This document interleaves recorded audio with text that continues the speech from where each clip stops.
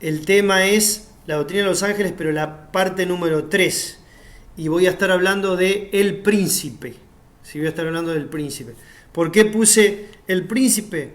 Bueno, justamente porque hay un príncipe, hay alguien principal, hay un jefe, para decirlo más en criollo, que es el que comanda a todos esos ángeles sueltos, a todos esos ángeles caídos, esos demonios sueltos que estuve hablando la semana pasada, y también a los demonios encarcelados. Él es el jefe principal, es el príncipe, ¿sí? Y por eso el tema del día de hoy voy a estar abarcando de manera específica a este demonio, podríamos llamarlo así, que en realidad tiene un rango mucho más alto, que es un querubín, lo vamos a estar viendo ahora. Así que, bueno, el tema de hoy interesantísimo, ¿sí? Voy a estar hablando de este querubín, de este príncipe, y cuáles fueron sus orígenes. Bueno, sigo saludando a Pablo Orellano. Gracias, Pablo, Dios te bendiga mucho. Bienvenido al programa y gracias por compartir también. Y a todos los hermanos que se siguen conectando, una bendición. Estuve hablando también, y una de las cosas que inicié, o sea, concluí, mejor dicho, en el programa anterior como para enganchar el programa de hoy, fue el hecho de que, bueno, las personas se preguntan, los seres humanos se hacen muchas preguntas, y una de las preguntas que las personas se hacen, ¿no?, que puede tener su validez, obviamente, es la pregunta que nos dicen a nosotros, ¿no?, los cristianos: si tu Dios es tan sabio y bueno, ¿por qué creó al diablo? Recuerda que la semana pasada, gracias Anita también por compartir, me quedé justamente en eso, ¿no? ¿Por qué, si Dios es tan bueno y sabio, por qué creó al diablo? ¿Sí? Y si es tan poderoso, ¿por qué no lo destruye? Recuerda eso, lo había dicho antes de terminar el programa, y lo quiero reenganchar nuevamente porque justamente va con el tema. Y yo había respondido que, en primer lugar, a la primera pregunta, la respuesta es que Dios no creó al diablo, sino creó a Lucero. Y hay una gran diferencia, amigo, amiga, vos que me estás viendo y me estás escuchando. ¿Sí? Hay una gran diferencia entre una cosa y la otra. Dios no creó al diablo, Dios creó a Lucero, a un ángel hermoso, un querubín hermoso, y eso es lo que vamos a ver ahora. Y la segunda pregunta que hacen las personas, y esa es la respuesta, y nosotros tenemos una respuesta obviamente: ¿por qué no lo destruye?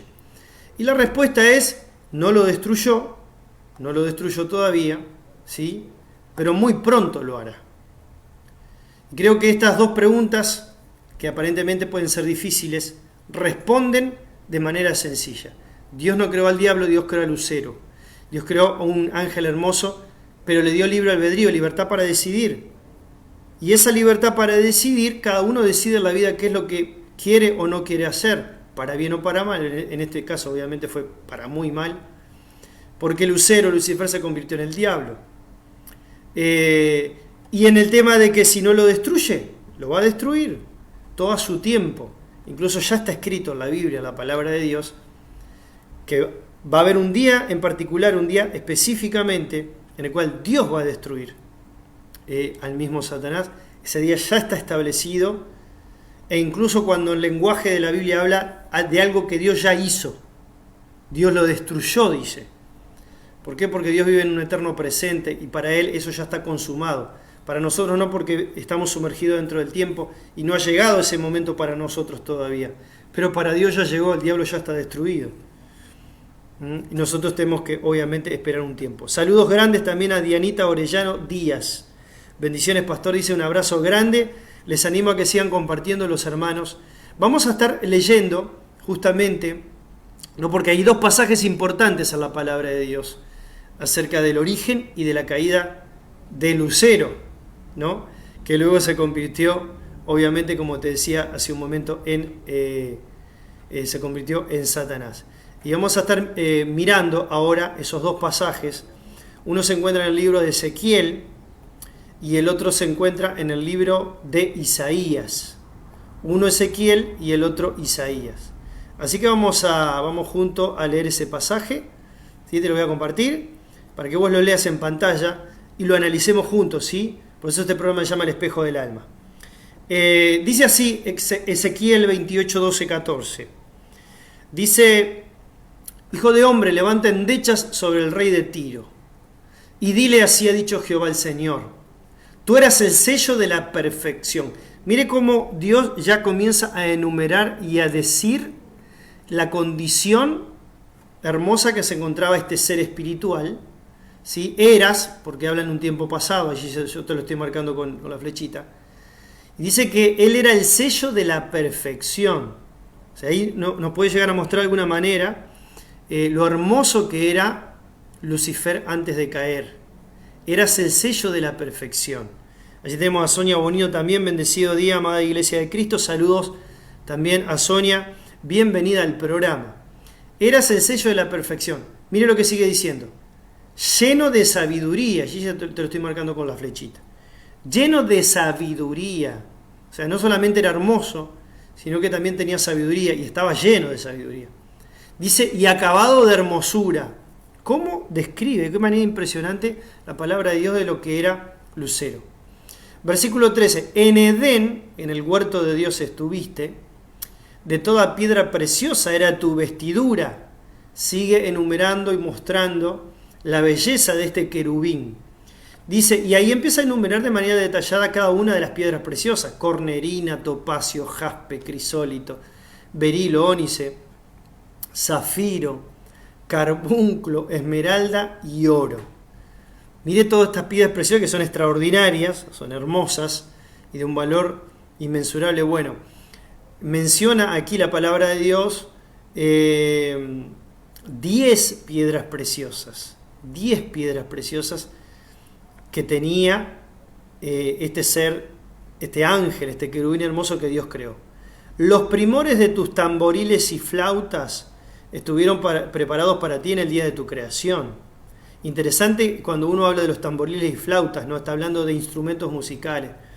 Muchos teólogos han llenado tinta con respecto a esto. ¿A qué se refiere cuando habla de tamboriles y flautas? ¿A qué se está refiriendo? ¿Qué está hablando cuando habla de tamboriles y flauta? Bueno, muchos dicen que él era el director de la alabanza en el cielo. Otros dicen que la belleza de él emanaba música. Bueno, hay muchos argumentos, pero es interesante saber de que una de las cosas, y aquí me quiero tener un segundito, te saco un cachito el versículo para decirte. Es interesante cuando habla de la música, del vínculo que tiene Satanás con la música, ¿no? Porque aparentemente cuando él cae de su condición, él toma esa herramienta y la toma para mal, ¿sí? La herramienta de la música. Hoy la música, mucha de la música secular, la gran mayoría, un porcentaje muy alto de la música secular, es altamente destructiva. Destructiva en el mensaje, destructiva en las palabras que se emplean en las canciones, en la música, destructiva obviamente para la mente de las personas y para lo que lleva a las personas a escuchar ese tipo de música. Hoy millones y millones de personas están siendo esclavizadas, atadas y hasta endemoniadas por causa de la música, como por ejemplo, para poner un simple ejemplo, la música rock y heavy metal, de la cual yo en un tiempo antes de conocer a Cristo consumí. Realmente satánica las letras cuando uno las traduce al español, porque por lo general las canciones heavy metal se escuchan en inglés, aunque hay canciones en español también, pero siempre está dando un mensaje satánico, diabólico, oscuro, atan a las personas, y millones de personas siguen ese tipo de música, al igual que otras promiscuas que hablan de la sexualidad, del libertinaje y de tantas otras cosas que traen destrucción a las mentes de la persona. Y bueno, y aquí en este pasaje justamente está hablando de esto, ¿no? Los primores de tus tamboriles y flautas estuvieron preparados para ti en el día de tu creación, sigue diciendo el pasaje, ¿sí?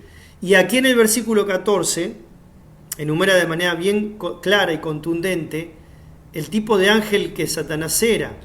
Voy a estar hablando más adelante de los diferentes rangos, querubines, serafines, seres vivientes, ángeles comunes, podríamos decir arcángeles, pues son diferentes rangos de ángeles que Dios ha creado.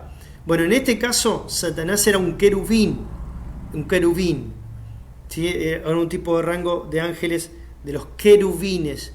Y mire lo que dice, no dice cualquier querubín, dice tu querubín grande. O sea, para que usted se haga una idea en su mente de lo hermoso, de lo bello que era este ser, antes de caer de su condición. Protector. ¿Por qué protector? Muchos dicen que Satanás, o sea, Lucero en ese momento, era el protector, preste atención a esto porque es muy interesante, era el protector del trono de Dios. El querubín, este querubín, Satanás, Lucero que se llamaba, por eso le dice querubín grande protector, porque aparte de probablemente ser el director de la alabanza, de la orquesta de la alabanza, de la adoración a Dios en el cielo, él también protegía la santidad de Dios, protegía el trono de Dios. Mire qué cosa tremenda, ¿no? Qué impresionante cómo un ser con libre albedrío se puede corromper. Él era el protector de la santidad de Dios en el cielo. Y sigue diciendo el pasaje, vamos a seguir leyendo. Yo te puse en el santo monte de Dios, mire, Dios lo puso, porque Él fue que lo creó. Yo te puse en el santo monte de Dios, allí estuviste. En medio de las piedras de fuego te paseabas. Qué fuerte esto, amigo, amiga, ¿no? Qué fuerte que son estos pasajes sobre el enemigo en común que tú y yo hoy tenemos y que es terrible enemigo, tremendo enemigo porque sigue ensañándose con la humanidad. Y sigue diciendo el pasaje, vamos a continuar. Mire, el versículo 15. Perfecto eras. Mire cómo Dios lo está calificando a Satanás, a Lucero en este caso, ¿no? Son palabras que salen del mismo Dios. Y Él le dice, eras perfecto, Lucero. En todos tus caminos, dice, perfecto eras en todos tus caminos, desde el día en que fuiste creado. Aquí hay algo muy interesante, y yo lo voy a marcar acá. Fuiste creado. Una cosa muy importante que los cristianos debemos entender es de que Satanás es un ser creado, porque dice que él era perfecto en todos los caminos desde el día que fue creado. Obviamente Dios lo creó, ¿no? Fuiste creado. No es omnipotente, no es omnipresente, no es omnisciente. Satanás es un ser creado como nosotros. Eso es un detalle interesante a marcar. Ahora, dice, hasta que, siempre que yo enumero que la palabra, el hasta que, ¿no? El pero de la Biblia siempre está marcando, obviamente, un cambio. Se produce un cambio en algo. Hasta ese momento todo muy lindo, hasta que se halló en ti maldad. Fíjese qué interesante, amigo, amiga, lo que la Biblia aquí está enumerando, ¿no? Hasta que se encontró en ti maldad. O sea, por el libre albedrío de Lucero, de Satanás, él decidió que la maldad sea parte de su vida. 16. A causa de la multitud de tus contrataciones, fuiste lleno de maldad. O sea, iniquidad, aquí dice, ¿no? Quiere decir maldad. Lleno de iniquidad. Pecaste. Por lo que yo te eché, aquí el yo te eché habla claramente del momento en el cual Dios enjuicia a Satanás de Lucero. Lo descubre porque él se revela, junto con una tercera parte de los ángeles del cielo, se revela y Dios lo echa del monte de Dios. Y dice, te arrojé entre las piedras de fuego, querubín protector. Vuelve a decir lo mismo. Y esta es la causa, en el verso 17, muestra la causa de su pecado, de su maldad o de su caída. Se enalteció tu corazón. Esto es lo que sucede en muchas personas en el día de hoy, hermano, hermana, amigo y amiga, ¿no? El pecado más grave y más grande en el corazón del ser humano es el orgullo, ¿no? Porque Satanás incita a la persona a que el corazón de ellos se enaltezca. Dice, se enalteció tu corazón a causa de tu hermosura. La verdad, tan hermoso, un ser espiritual tan bello, tan hermoso, que se enalteció su corazón por causa de su hermosura. Corrompiste tu sabiduría a causa de tu esplendor. Yo te arrojaré por tierra, delante de los reyes te pondré, para que miren en ti. Impresionante. Y termina diciendo el pasaje, mira qué tremendo, 18 y 19. Dice, con la multitud de tus maldades y con la iniquidad de tus contrataciones, profanaste el santuario, o sea, tu santuario. Yo pues saqué fuego de en medio de ti, el cual te consumió, y te puse en ceniza sobre la tierra a los ojos de todos los que te miran. Todos los que te conocieron de entre los pueblos se maravillarán de ti. Mire, yo subrayé esto porque es tremendo. Espanto serás y para siempre dejarás de ser. Espanto serás. Mire cómo describe de una manera tan gráfica la palabra de Dios el estado espiritual y físico de Satanás en la actualidad.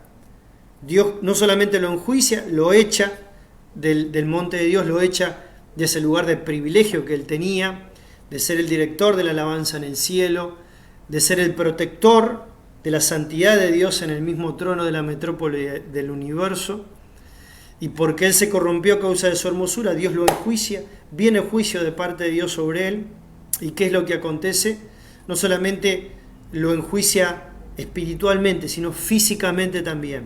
Le dice, espanto serás.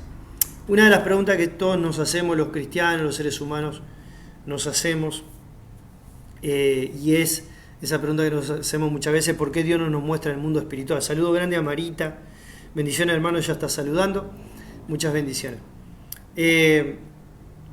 ¿Por qué Dios no nos deja ver el mundo espiritual?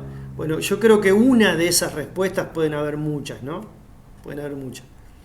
Pero una de esas respuestas probablemente sea que nosotros no soportaríamos, nuestra carne, nuestro estado humano, físico en el cual estamos viviendo, no soportaríamos tal vez todas las cosas que podríamos ver en el mundo espiritual, ¿no? Como por ejemplo, espíritus, demonios, fuerzas de maldad en las regiones celestes, como dice la palabra de Dios. Muchos teólogos entienden y comprenden de que los demonios son seres espantosos. Y bueno, y obviamente no es la excepción en el caso del príncipe, del principal de todos los seres, de todos los demonios, en este caso Satanás. ¿Por qué? Porque Dios cuando lo enjuicia y cuando Dios lo echa del monte, le dice, vas a ser un espanto ante los ojos que te miran. Interesante también entender de que la figura de Satanás, en los tiempos que estamos viviendo y corren, ¿no? Suele ser concebida con un, por ejemplo, fugitivo de una fiesta de Halloween, ¿no? Se lo retrata vistiendo un ridículo traje rojo, tiene espuelas, cuernos, una cola, lleva consigo un tridente. Por lo general esa es la figura gráfica medieval principalmente de lo que tiene que ver con Satanás. Tiene espuelas, cuernos, cola, lleva consigo un tridente. Esta figura es motivo de ridículo entre quienes niegan claramente el cristianismo bíblico, ¿sí? Se mofan, se burlan, porque no creen verdaderamente en la existencia de Satanás, simplemente la toman como una figura mitológica, lo cual es nada más alejado de la realidad, porque el que más veces mencionó a Satanás en la Biblia fue el Señor Jesucristo. Y Jesucristo no es mentiroso, no es hombre para prometer y ni cumplir, ni hijo de hombre para arrepentirse. Entonces, en determinada ocasión un profesor le preguntó a su clase de unos 30 estudiantes, y la pregunta que le hace este profesor a ellos es si creen en Dios, o sea, ¿cuántos creen en Dios? Lo curioso de todo esto es que la mayoría de los estudiantes levantó la mano, o sea, porque en muchos casos algunos creen en Dios, otros creen incluso hasta en la existencia de Dios. Y allí creo que englobaba todo, ¿no? No solamente en creer en Dios en el aspecto de la fe, sino en el creer en Dios de que Él existe, ¿sí? La mayoría de los estudiantes levantó la mano, la mayoría de esos 30 alumnos. Ahora, luego les pregunta, y le dice, ¿cuántos creen en el diablo? ¿Cuántos creen en el diablo? ¿Cuántos creen en la existencia del diablo? Solamente se alzaron unas poquitas manos. Mire qué interesante esto, amigo, amiga, vos que me estás escuchando y viendo, si habrá que meditar en este punto, ¿no? Un estudiante, de los que estaban allí, interrumpió y dijo, ¿cómo puede una persona inteligente creer en el diablo los días que corren o los tiempos que estamos viviendo? ¿Cuánta gente incrédula que no conoce a Cristo piensa de esta manera? ¿Sí? Parece que está divorciado el tema de la inteligencia con creer en la existencia del diablo por los tiempos en los cuales estamos viviendo. Y este estudiante continúa diciendo: el diablo pertenece a la superstición, junto con los fantasmas, los duendes y todo el resto de la parafernalia nocturna. El profesor le respondió: hay un origen muchísimo más fiable para creer en la existencia del diablo que para creer los duendes. O sea, por supuesto, la palabra de Dios, ¿no? Posible que no estén convencidos de la veracidad de la Biblia, pero sin duda que es un origen mucho más fiable que los cuentos de hadas, le dijo este profesor. Si creemos que Dios es un ser invisible, personal, y tiene la capacidad de influenciar a las personas hacia el bien, ¿por qué les resulta tan increíble y tan difícil imaginar que existe un ser invisible, ¿sí?, y personal que tiene la capacidad de influenciar a las personas hacia el mal? Es una pregunta interesante, amigo o amiga, que nosotros creo que nos deberíamos hacer, ¿no? Si existe un ser espiritual benigno,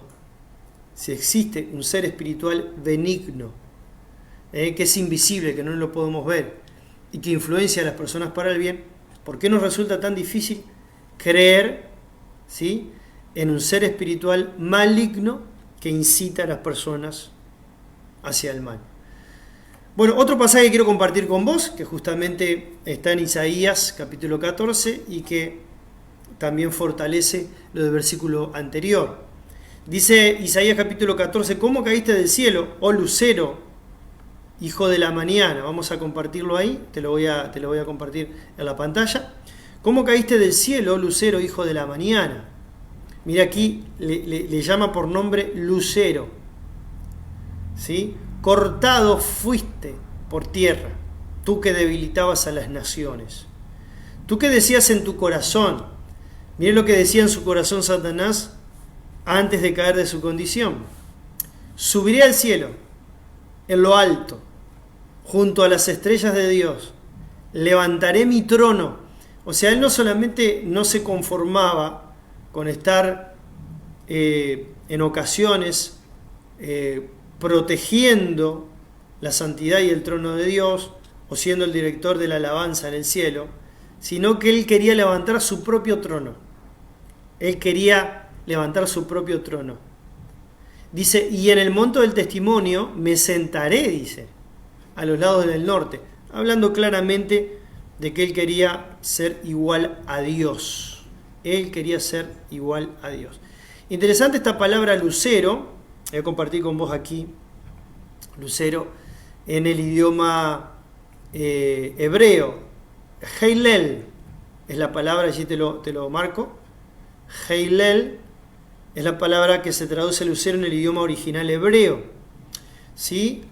Y fíjese que aquí habla de un sentido de brillantez. Heilel, esta palabra en hebreo, habla de brillantez, ¿no?, de refulgencia, de belleza, haciendo referencia justamente a la belleza que tenía Satanás antes de caer.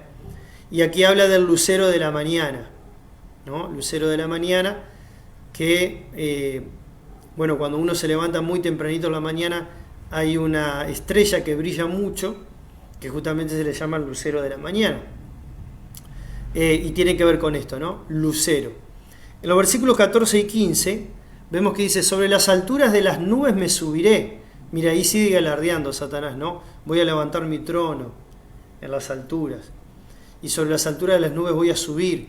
Y mire lo que dice aquí, qué fuerte, hermano, qué tremendo esto. Seré semejante al Altísimo. Este seré semejante al Altísimo se está refiriendo a que él quería ser igual a Dios, al Creador. Entonces el versículo 15 viene la sentencia sobre Satanás: mas tú derribado eres hasta el Seol, a los lados del abismo. Impresionante, hermano, impresionante cómo marca la palabra de Dios aquí esta verdad espiritual sobre el origen, ¿sí?, de Satanás, sobre el origen de Satanás. Hay otros pasajes interesantísimos que nos hablan justamente del diablo, que es en Mateo 4, capítulo 4, versículo 1, que dice que entonces Jesús fue llevado por el Espíritu al desierto para ser tentado por el diablo. Este pasaje es muy conocido, Jesús es llevado por el Espíritu Santo al desierto. Esto es realmente muy interesante, ¿no? A veces nosotros pensamos que las pruebas, las dificultades, muchas veces son provocadas por Satanás, y en parte puede ser verdad, pero hay ciertas pruebas en la vida del creyente, del cristiano, de todos aquellos que me están escuchando y viendo en este momento, que son permitidas por Dios. Son permitidas por Dios ¿para qué? Para trabajar con nosotros, para que nosotros nos despertemos, para que nosotros de alguna manera hagamos lo que debíamos haber hecho en otro momento cuando la cosa estaba en bonanza, tranqui, no había tempestad. ¿Sí? Muchas veces nos descansamos, dejamos de orar, dejamos de ayunar, dejamos muchas veces de hacer vigilia, de congregar y de hacer un montón de otras cosas porque estamos tranquilos, porque la cosa está calmadita. Entonces Dios no tiene que pegar un sacudón para que nosotros reaccionemos y digamos, no, estamos en una batalla, estamos en una guerra espiritual y no debemos bajar la guardia por nada. Por eso el Señor dice que debemos ser sobrios y velar, porque nuestro adversario, el diablo, como león rugiente, anda alrededor buscando a quien devorar.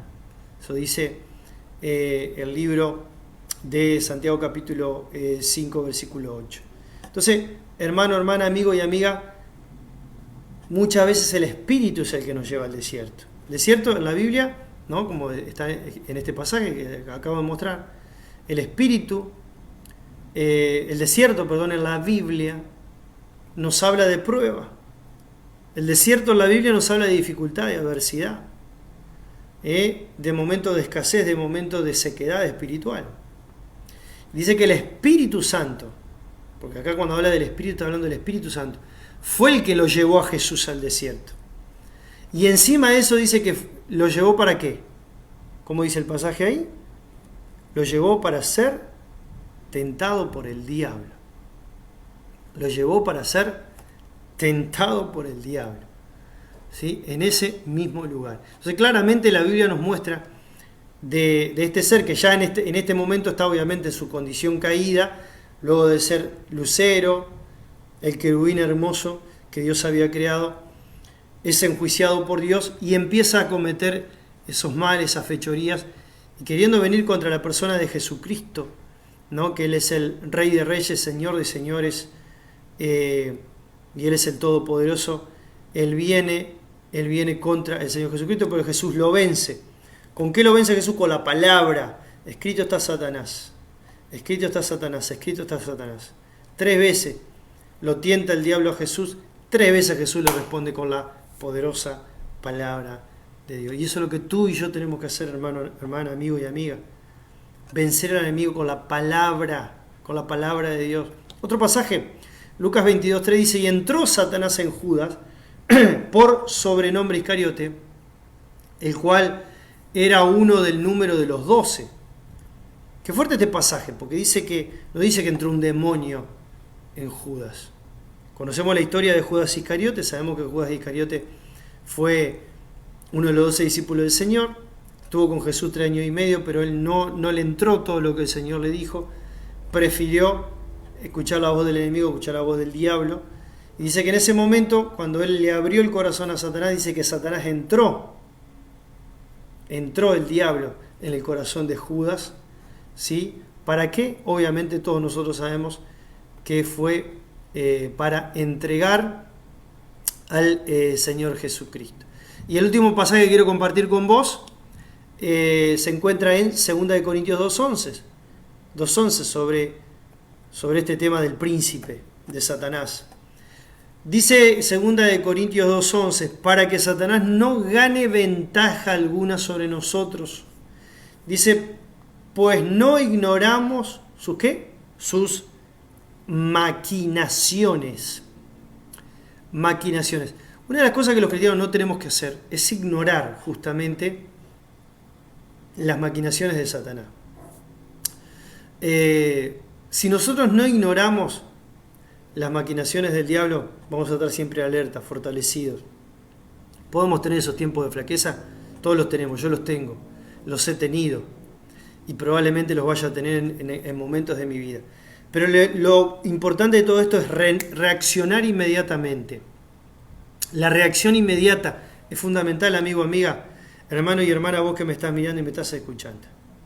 Hay que levantarse inmediatamente, reaccionar inmediatamente, ponernos de rodillas en oración, en ayuno, en clamor, en intercesión, en vigilia, en venir a la iglesia, en congregar, en leer la palabra, en estudiar la palabra, en hacer seminario, discipulado, en el servicio a Dios, servir a Dios, involucrarnos en las cosas de Dios. Es realmente importantísimo, hermano,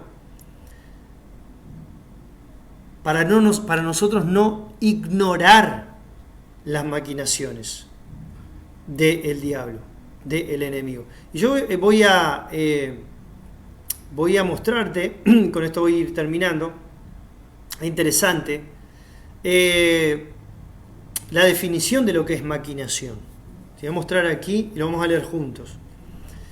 La definición de lo que es maquinación es una palabra griega que es la palabra noema. ¿Sí? Ahí lo tenemos. Noema. Que quiere decir, miren, inteligencia y designios planeados. Obviamente que Satanás no es sabio, sino es inteligente. Hay una diferencia entre la sabiduría y la inteligencia. Muchos teólogos la separan de esta forma. La inteligencia la puede tener cualquier persona, un ser perverso, un ser malvado, hasta Hitler era inteligente. Muchos asesinos, genocidas, personas que hacen muchos males, son inteligentes, tienen inteligencia, tienen suspicacia, ¿sí? Saben hacer ciertas cosas, hasta tienen estudios. Pero sabiduría es muy diferente, porque la sabiduría tiene que ver con el accionar correcto en la vida, no solamente ser inteligente, sino accionar o actuar de manera correcta en la vida. Y obviamente que Satanás no tiene esto, no tiene la sabiduría que puede tener un cristiano, un hijo de Dios, y todo lo que viene del bien, ¿sí? Y a mí una de las cosas que me llama la atención en esta definición es la palabra designios planeados. Él planifica cosas. Amigo, amiga, hermano y hermana, el enemigo planifica cosas. ¿Sí? Planifica cosas. Y nosotros tenemos que estar bien, pero bien atentos a estas maquinaciones tremendas del enemigo. Y el último pasaje para terminar en el día de hoy, 2 Corintios 11:3, que dice: pero temo que como la serpiente con su astucia engañó a Eva, vuestros sentidos sean de alguna manera extraviados de la sincera fidelidad a Cristo. Astucia es una de las características que tiene Satanás, es astuto. Y si él es astuto y él engañó a Eva, ¿no? Él engañó a Eva, dice: nuestros sentidos también sean de alguna manera extraviados de la sincera fidelidad a Cristo. O sea, si tenés que tener cuidado, hermano, hermana, amigo y amiga, si tengo que tener cuidado yo de estar bien atentos, porque nuestros sentidos pueden ser extraviados de la sincera fidelidad de Cristo. ¿Qué significa esto? Apartarnos de Dios, apartarnos de su palabra, de su promesa. ¿Cuántas personas han conocido la palabra de Dios durante años en su vida y se han apartado? ¿Por qué? Porque han sido engañados por el mismo enemigo, por el mismo diablo, por el mismo Satanás. Entonces, qué importante que nosotros estemos fuertes. Por eso la Biblia dice en Efesios: fortaleceos en el Señor y en el poder de su fuerza, vestido de toda la armadura de Dios, para que podáis estar firmes contra las acechanzas del diablo. Porque no tenemos lucha contra sangre ni carne, sino contra principados, contra potestades, contra los gobernadores de las tinieblas de este mundo, contra huestes espirituales de maldad en las regiones celestes.